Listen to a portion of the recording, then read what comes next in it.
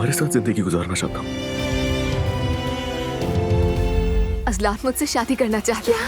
अपने कल के रवैये के लिए आपसे माजरत करने आया हूँ। वैसे अचानक इस चेंज की वजह जान सकती हूँ मैं? मेरे बाबा बतौर खानदान मुश्किल वक्त से गुजर रहे हैं। अस्सलाम वालेकुम उमर साहब। जी कहिए ज़ैनब साहिबा। मेहते ने आज मुझसे अपने कुछ फैमिली प्रॉब्लम्स का तज़किरा किया।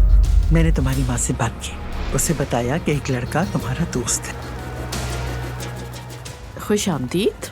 आपको बताना था कि मेरा एक बॉयफ्रेंड है, मैं आपको उससे मिलवाना चाहती हूँ। थोड़ा सा भी अंदाजा है तुम्हें कि तुम क्या कह रही हो? दुआ, तुम्हारी अभी उम्र ही क्या है? उसके साथ झोपड़ी में रहोगी? मैंने तुम्हारे लिए इतने साल दिन रात मेहनत की है। मैं प्रेग्नेंट हूँ, अज़लान से शादी करूंगी। क्या?